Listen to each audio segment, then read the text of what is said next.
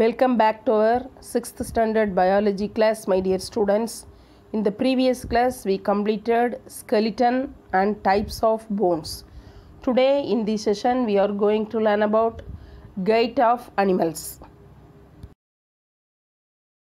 Dear students, today in this session, we are going to learn about gait of animals.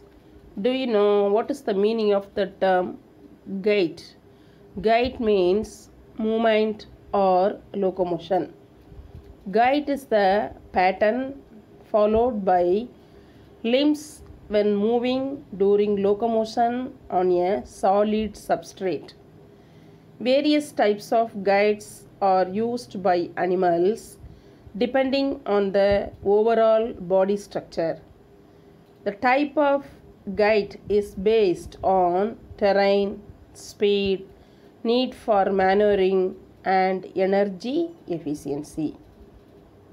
First, let us learn how do earthworm move. Look at the picture. How do earthworm move? With the help of setae, earthworms can move. Their body is made up of multiple rings. Look at the picture. Their body is made up of multiple rings which are joined by the ends, as they don't have bones in their body.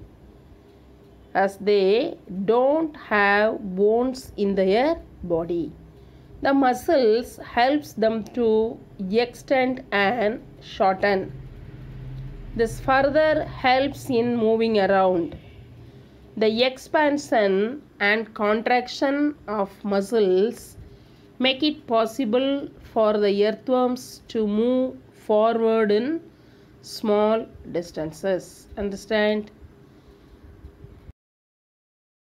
Next, let us learn how do snails move.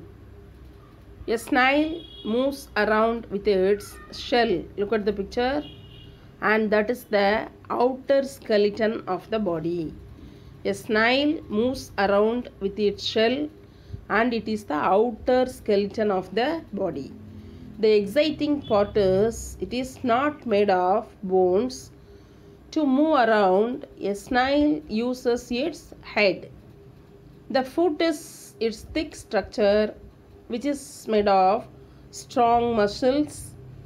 Beneath the muscles, they are lubricated with mucus for the ease of movement.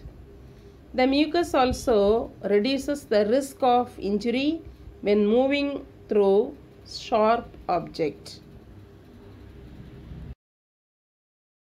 Next, let us learn how do cockroaches move. Cockroaches can walk like most of the insects. Look at the picture.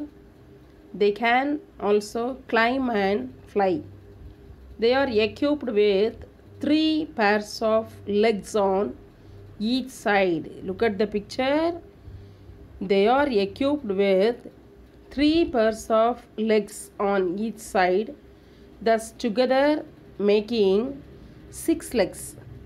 The legs help them in moving faster. The upper or outer part of the body consists of a hard skeleton which is made of different units. They are attached and this further help in them moving. Next, let us learn how do birds move. Birds have legs and a pair of wings that help them to walk and fly. Look at the picture.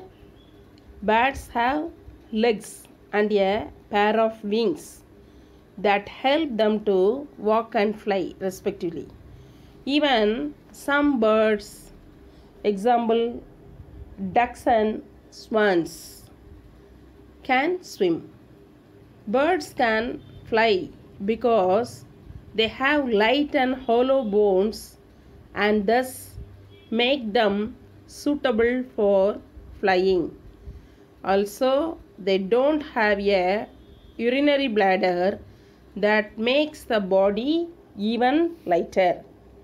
The breast bones are modified to hold muscles of flight which are used to move the wings up and down. Next, let us learn how do fish move.